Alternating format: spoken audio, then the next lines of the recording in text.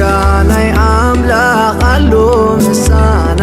አይሓድግናን ይባርኽና ዕለት ዕለት ያብየና ጸጋናይ አምላኽ አሉ ምሳና አይገድፍናን ይባርኽና ጸጋን ሰላምን ናይ ጎይታ ናይ ኢየሱስ ክርስቶስ ምስ መንፈስኩም ይኹን ተኻተልቲ ናይ ጸጋ ዘመን መግቦት አገልግሎት ምሳኹም ዘለኹ ከም ተለምዶ ሓውኹም ዲያቆን ዮናስ ከም ፋር እግዚአብሔር አምላኽ ለማዓንቱን ሓጽር መልእኽቲ ሒዘ ይመጽለኹ ሎሞን ሒዘ ዝመጻኹ መደብ መጽሐፍ ከንታይ ዝብል መደቢ መጽሐፍ እንታይ ዝብል ወእፎንም ይብል መጽሐፍ ከንታይ ዝብል እንሪአሉ መደብ ሒዘ ይመጽለኹ ስለዚህ ናይ ሎማዓንቲ አርእሲ እንዛረበሉ እንታይ ከም ዝኾነ ሓውና ክቡር ዲያቆን ነረናዩ ናው ሕልፈኩም ሓቢር ሎሚ ከም ፍቃድ እግዚአብሔር እንዘራረበሉ አርእስተ ትምህርትና እርገታ ለማርያም ኣብ ትሕቲ ዝብል ክኸውን እዩ ከም ዝተሰማዕናዮ ከም ፍቃድ እግዚአብሔር አምላኽ ሎማዓንቲ እንዛረበሉ እርገታ ለማርያም ዝብል እዩ ከም ትልሙድ ድንግል ማርያም ዓሪጋ እያ ይኽብለና ዲያቆን አሽመላሽ ሓውና ናተይ ሓሳብ ድማ መጽሐፍ ቅዱስ ዝብሎ ክቕበል ስለዝደሊ ኣነ ጥራሕ ደይኮንኩ ድማ ሓውና ዲያቆን አሽመላሽ መጽሐፍ ቅዱስ ዝብሎ ክቕበል ስለዝግባእ እርገተ ማርያም ብመጽሐፍ ቅዱስ መንጽር ትኽክል ድዩ እርገተ ማርያም ዝበሃል አስተምሮ መጽሐፍ ቅዱሳዊ ድዩ እርገተ ማርያም በመጽሐፍ ቅዱስ ክርአ ከሎ ትኽክል ድዩ ድንግል ማርያም ከምዛ አረገት መንፈስ ቅዱስ ዘመሓላለፈ መልእኽቲ ድዩ ድንግል ማርያም ከምዛ አረገት መጽሐፍ ቅዱስ ከነጊርና ድዩ ዝብል ኢና ክንርእ ዘለኹ ስለዚህ ምናልባት ሓውና ዲያቆን አሽመላሽ ድንግል ማርያም ከምዛ አረገት ዝጥቀመሉ ጥቕሲ ክነግረናዩ ደጊምናኡ ክሕልፈኩም እዩ ነቢ እግዚአብሔር ልበ አምላክ ቅዱስ ዳዊት ኣብ ትንቢቱ ኣብ መበል 132 ፍቅዲ 8 ዝተዛረቦ ቃል መበገሲ ክንገብር ኢና እቲ ቃል ከምዚ ዝብል ተንስ እግዚኦ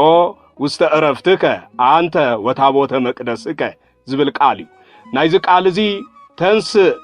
ናብ ዕረፍትኻ ንስኻን ናይ ታቦት መቅደስካን ኣብ ትሕቲ ዝብል ቃል መበገሲ ጌርና ሎሚ ክንዘራረብ ኢና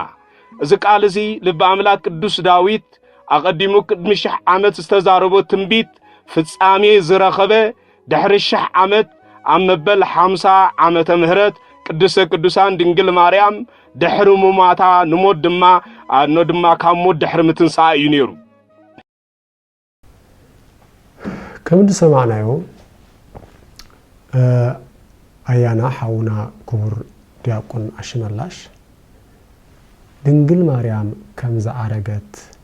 ከም ኤቪደንስ ገይሩ ዘቀመጦ ወይ ድማ ከም መስረጃ ገይሩ ዘቅረቦ መዝሙር ዳዊት ዘሎ እዩ ኣብ መዝሙር ዳዊት መዝሙር 130 ክልተን አፍር 8 ዘሎ እዩ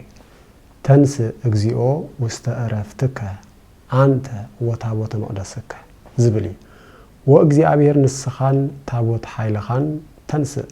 ናብ ቦታ ዕረፍትኻ ናዓ ዝብል እዩ ስለዚህ ነዛ ሓሳብ እዚ ብምልዓል ድንግል ማርያም ከምዛ አረገት ንኸረድአና እዩ ዝስዕር ዘሎ ሪኦም ኣለኹም መጽሐፍ ቅዱስ ከእንታይ ይብል ዝብል መሰረታዊ ሓሳብ እዩ ጳውሎስ ይኹም ኢልና ሮሜ ምዕራፍ 4 አፍቅድ 3 ሮሜ ምዕራፍ ገላትያ ምዕራፍ 4 አፍቅድ 30 መጽሐፍ ከእንታይ ዝብል ስለ እርገተ ማርያም መጽሐፍ እንታይ ዝብል ናይ ዲያቆን ሓውና እዚ ኣብ መዝሙር ዳዊት ኣብ መዝሙር 132 ዘሎ ትንቢታዊ ቃል ፍጻሜ ዝረኸበ ድሕሪ 1000 ዓመት ኣብ ድንግል ማርያም እዩ ኣብ 50 ዓመተ ምህረት ይዝለና ዘሎ ነገሩ ግን መጽሐፍ ቅዱስ ከነጽንዕ ከለና ንሱ ይኮነን ዝነበረና ዳዊት ተንስ እግዚኦ ውስተ ዕረፍትከ አንተ ወታቦተ መቅደስከ ይዝሎ ዘሎ ንመን ንእግዚአብሔር ትሪሎሁም መጽሐፍ ቅዱስ ከነጽና ከለና እዚ ናይ ዳዊት ትንቢታዊ ቃል ድሕሪ 1000 ዓመት ካብ ዳዊት ኣብ ድንግል ማርያም ከም ዝተፈጸመ ዘይኮነስ እንታይ ደኣ ኣብ ዘመን ናይ ንጉስ ሶሎሞን ወዱ ከም ዝተፈጸመ መጽሐፍ ቅዱስ ይነግረና እዩ ሪእኹም ኣለኹም መጽሐፍ ቅዱስ ከተንብቡ ከለኹም ኣብ ካልኣይ መጽሐፈ ሳሙኤል ምዕራፍ 7 ድርኣተ መልኪትና ካብ ፈቅዲ 1 ክሳብ 17 ዘሎ ዳዊት ሓደ ምኞት ተመኒ ነይሩ ንሱ ድማ ንጉስ ስለ ዝነበረ ዳዊት ኣነ ኣብ ብጽሕዲ ዝተሰርሐ ኣብ ከመይ ዝኣመሰለ ገዛ ነረቆስኩ ታቦት እግዚአብሔር ግን ኣብ ድንኳን ኮለል ይብላለሉ ንታቦት እግዚአብሔር ምዕረፍ ዝኸውን ቤት መቅደስ ክሰርሕ ከም ዝተመነየ መጽሐፍ ቅዱስ ይነግረና እዩ ነገሩ ግን እግዚአብሔር ድማ ንዳዊት ክሰርሕ ከም ዘይክእል ድማ ብናታን ገይሩ ነይሩዎ እዩ የግዳስ ዳዊት ደኣ ወላ ኣይስራሕ እምበር ካብ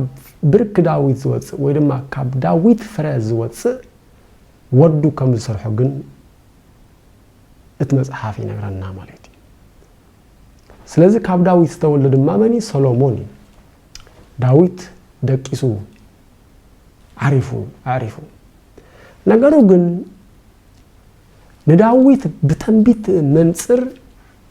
እዚ ቤት መቅደስ ከም ዝስራሕ ስለዝተነግሮ ተንስ እግዚኦ ውስተ ዕረፍትከ አንተ ወታቦተ መቅደስከ ኢሉ ብትንቢት ቃል ተናገር ነይሩ ስለዚ በአር አስተውሉ መጽሐፍ ቅዱስ ከነጽና ከለና ታቦተ እግዚአብሔር ነስታት 480 ኣብ ድንኳን ጥራሕ ዝማለስ ነይሩ ማለት ካብ ጻዕተ ግብጽ ካብ እስራኤላውያን ካብ ግብጽ ካብ ምድረ በዳ ታቦት ካብ ዘቅበሉ ጀሚሮም ክሳብ ሶሎሞን ድሰርሕ ታቦት አዕሪፍ ይፈልጥኒ ማዕረፊ ነበሮን ነገሩ ግን ከምቲ እግዚአብሔር ብናታን ገይሩ ለዳዊት ዝበሎ ሰሎሞን ቤት መቅደስ ክሰርሕ መጀመር ድሕሪ ናይ ዳዊት ሞት ድሕሪ 4 ዓመት ሰሎሞን ቤት መቅደስ ሰሪሑ ምስ ወደአ ልክ አይደንቲካል እዚ ናይ ዳዊት አቡ ጸሎት ሰሎሞን ድማ ነጸሎት ጸልይዎ ሰሎሞን ቤት መቅደስ ሰሪሑ ምስ ወደአ እንታይ ተዛሪቡ ተንስ እግዚኦ ውስተ ዕረፍትከ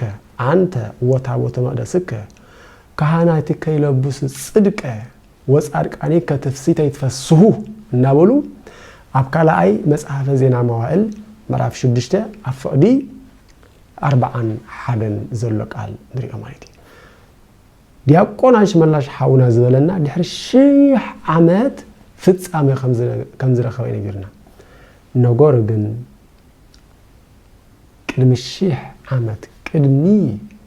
ድንግል ማርያም ዝሞተሉ ቅድሚ 1000 ዓመት እዚ ናይ ዳዊት ቃል ፍጻሜ ይኸብ እዩ ታቦት ናብ ምዕረፊኡ ኣትዩ ሰሎሞን ቤት መቅደስ ሰሪሑ ምስ ወደአ ድማ ልክ እዚ አቡ ዝዛረቦ ቃል ተንስ እግዚኦ ውስተ ዕረፍትከ ዝብል ጸልዩ ንታቦት ድማ ናብ ቤት መቅደስ ኣትዩ እዩ ስለዚ ሓውና ዲያቆን አሽመላሽ ኣብ ድንግል ማርያም ከም ዝተፈጸመ ይዝነግረና ዘሎ ነዚ ቃል እዚ ብመሓዝ እዚ ቃል እዚ ንእርገተ ማርያም ከም ዝተዘርበ ይዝነግረና ዘሎ ነገሩ ግን ኣብዚ ቦታ እዚ ድንግል ማርያም የላን ተንስ እግዚኦ ውስተ ዕረፍትከ ሪእኹም ኣለኹም ታቦት ነስታት 480 ዓመት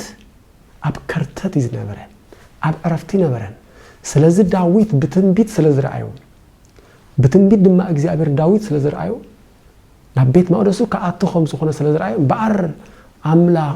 እግዚአብሔር ሆይ ንስኻን ታቦት መቅደስ ካን ታቦት ሓይልኻን ናብ ምዕረፊኻ እቶ ተንስ ክብል ተዛሪ ማይቲ نزي ناي داويت صلوت لما سولومون بيت مقدس سريح مسوده لك نزي صلوت زدقي لما تنس اجزيو استعرفتك كنابله كهناتك يلبس صدق صارقانه وصارقانه كتفسيت يفسو كهناته ما اجبتنا يتاوتمو صدق تغوناصيفوم صارقانما تفسيتن حاوسن تغوناصيفوم ان عجبو خايتو بمبال نزي ነገር ተዛሪው ማለት ስለዚህ